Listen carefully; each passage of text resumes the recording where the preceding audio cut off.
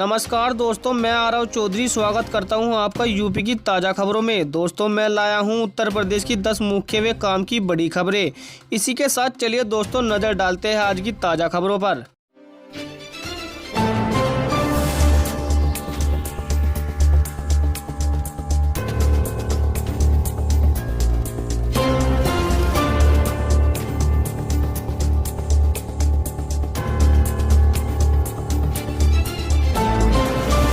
पहली अच्छी खबर है दोस्तों, कर्मचारियों का बढ़ेगा महंगाई भत्ता, जल्द मिल सकती है खुशखबरी। लोकसभा चुनाव से पहले केंद्रीय कर्मचारियों को बड़ी खुशखबरी मिलने वाली है। जानकारी के अनुसार मार्च के पहले सप्ताह में सरकारी कर्मियों के महंगाई भत्ते में डीए और रिटायर्ड लोगों के लिए महंगाई राहत डीआर भत्ते में 4% की बढ़ोतरी हो जाएगी। मौजूदा समय में डीआर 40% की दर से मिल रहा है। यह दर 50% होते ही केंद्र सरकार के समक्ष 8वें वेतन आयोग के गठन की मांग रखी जाएगी। चलिए दोस्तों, आप पेपर लीक पर बोले सीएम योगी, दोषी न घर के रहेंगे न घाट के। सीएम योगी ने आज लखनऊ में 1782 अभ्यर्थियों को ज्वाइनिंग लेटर दिया। इस दौरान उन्होंने पेपर लीक पर रिएक्शन दिया।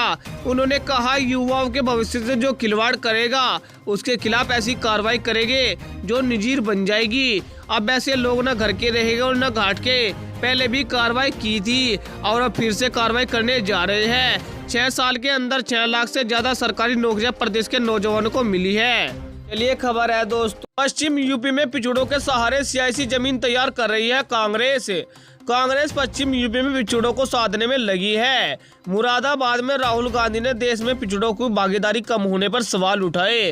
साथ ही दलितों, अल्पसंख्यकों और आदिवासियों को जातिगत समीकरण को भी समझाया। न्याय यात्रा के जरिए कांग्रेसियों ने गठबंधन की ताकत का एहसास कराया।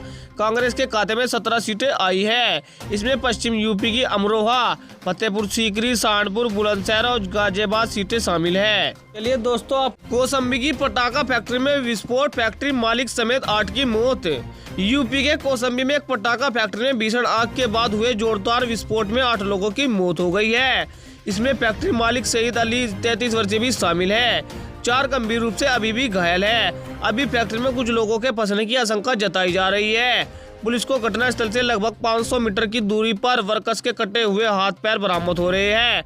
आग ने आसपास के घरों को भी चपेट में ले लिया है। रेस्क्यू ऑपरेशन जारी है। चलिए खबर है दोस्तों, लोकसभा चुनाव नहीं लड़ेंगे, ओपी राजभर खुद किया ऐलान।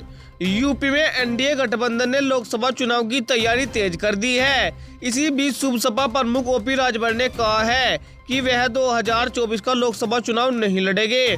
बाहुबली ब्रजेश सिंह के सपा से चुनाव लड़ने पर कहा है कि उन्होंने चंदौली और गाजीपुर सीट की मांग की है। सपा के सिंबल पर गाजीपुर या चंदौली से ब्रजेश चुनाव लड़ सकते हैं। राहुल के न्याय यात्रा में अखिलेश के शामिल होने पर कहा है कि इस गठजोड़ को कोई मतलब नहीं है। चलिए दोस्तों, राहुल के स्थायी कैंप में उतारा करंट, एक मजदूर की मौत, 7 घायल। मुरादाबाद में कांग्रेस नेता राहुल गांधी की भारत जोड़ो न्याय यात्रा के लिए बनाए गए सीआरपीएफ के स्थायी कैंप में वॉच टावर को खोलते समय 8 मजदूर करंट की चपेट में आकर झुलस गए। इनमें से एक मजदूर की मौत हो गई है। कटघर थाना क्षेत्र के अंतर्गत 0 पॉइंट पर बनाए गए स्थायी कैंप में थोड़ी देर के लिए शनिवार को राहुल और प्रियंका ठहरे थे। सभी मजदूर झारखंड के चतरा जनपद के सिमरिया थाना क्षेत्र के सीला गांव निवासी है। अच्छा दोस्तों, खबरों में आगे बढ़ने से पहले आपसे एक छोटी सी गुजारिश है। दोस्तों, अगर आप उत्तर प्रदेश के रहने वाले हैं तो यूपी न्यूज को सब्सक्राइब करके बेल आइकन दबाएं, क्योंकि आपको अपने उत्तर प्रदेश की ताजा व बड़ी खबरें व मुख्य समाचार हमारे चैनल यूपी न्यूज पर रोजाना देखने को मिलते रहेंगे। और साथ ही दोस्तों, इस वीडियो पर एक लाइक और एक प्यारी सी कमेंट में हमें यह जरूर बताएं आप वीडियो कौन से जिले से देख रहे हैं। चलिए दोस्तों, आपका टाइम वेस्ट न करते हुए सीधा बढ़ते हैं खबरों में। और आज की अगली बड़ी खबर है दोस्तों, एक साथ जली 23 चिताएं, गांव में कोहराम। एटा के नंगला कसा और आसपास के गांव में बच्चों और महिलाओं समेत 23 लोगों का अंतिम संस्कार आज एक साथ हुआ। कासगंज के पटियाली इलाके में शनिवार सुबह गंगा स्नान करने जा रहे श्रद्धालुओं से भरी एक ट्रैक्टर ट्रॉली पखोर में पलट गई। हादसे में 9 बच्चों और 13 महिलाओं समेत 23 लोगों की मौत हो गई थी। कई घायल भी हुए हैं। एक साथ 23 लाशों को जलते देख लोग रोने लगे। फिलहाल पूरे गांव में मातम पसरा हुआ है। चलिए दोस्तों, राज्यसभा चुनाव में वोटिंग से पहले आरएलडी ने खोले पत्ते। राज्यसभा चुनाव को लेकर रालोद ने अपने पत्ते खोल दिए हैं। पार्टी ने कहा कि यूपी में रालोद के सभी 9 विधायक बीजेपी उम्मीदवारों को वोट देंगे। साथ ही आरएलडी के सभी विधायक मुख्यमंत्री योगी आदित्यनाथ द्वारा बुलाई गई बैठक में शामिल होंगे। रालोद प्रमुख जयंत चौधरी ने अपने विधायकों के बीच असंतोष की खबरों को खारिज कर दिया। उन्होंने अपने दिल्ली आवास पर सभी 9 विधायकों की तस्वीर जारी की। चलिए खबर है दोस्तों, मोदी सरकार ने 10 सालों में जनता के लिए कुछ नहीं किया। प्रियंका गांधी। भारत जोड़ो न्याय यात्रा में शामिल प्रियंका गांधी ने बीजेपी सरकार पर निशाना साधा। उन्होंने कहा 10 साल से बीजेपी की सरकार है, मीडिया दिखाती है कि देश में G20 जैसे कितने बड़े इवेंट हो रहे हैं। सबने कहा कि इससे देश का मान सम्मान बढ़ रहा है। क्या देश का मान सम्मान यहाँ खड़े बच्चों, पुलिस वालों और छात्रों से नहीं जुड़ा है? क्या आपको रोजगार नहीं मिलना चाहिए? सभी को समझदारी से लोकसभा चुनाव में वोट देना होगा। चलिए दोस्तों, वाराणसी के मोरगडेम महादेव धाम में लगी भीषण आग। वाराणसी के केती में मोरगडेम महादेव धाम में भीषण आग लगने से कई दुकानें जलकर राख हो गई। आग देर रात 1 बजे लगी थी। घटना की सूचना मिलते ही इलाके में हड़कंप मच गया। इलाके के लोग जब तक आग पर काबू पाते तब तक आग ने विकराल रूप धारण कर लिया। सूचना पर पहुंची फायर ब्रिगेड की गाड़ी ने कड़ी मशक्कत के बाद आग पर काबू पाया। शॉर्ट सर्किट को आग लगने का कारण बताया जा रहा है। फिलहाल पुलिस जांच में जुट गई है। चलिए खबर है दोस्तों, एसटीएफ ने अभ्यर्थियों के मददगारों की बनाई लिस्ट। यूपी पुलिस सिपाही भर्ती परीक्षा की जांच शुरू हो गई है। एसटीएफ ने नकल करने वाले अभ्यर्थियों के मददगारों की लिस्ट तैयार की है।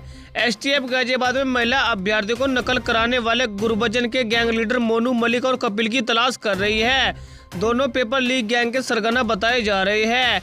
एसटीएफ ने बताया कि जिस महिला अभ्यर्थी रिया चौधरी को पुलिस ने पकड़ा है, उसे ब्लूटूथ के जरिए नकल कराने की कोशिश की जा रही थी। चलिए दोस्तों, प्रिंटिंग प्रेस से लीक हुआ था पुलिस भर्ती का पेपर। यूपी पुलिस भर्ती परीक्षा लीक मामले में बड़ा खुलासा हुआ है। एसटीएफ की जांच में पता चला है कि सोलवर गैंग द्वारा पेपर छापने वाली प्रिंटिंग प्रेस से पेपर लीक किया गया, जहां के कर्मचारी की मदद से पेपर की रफ कॉपी बाहर की गई।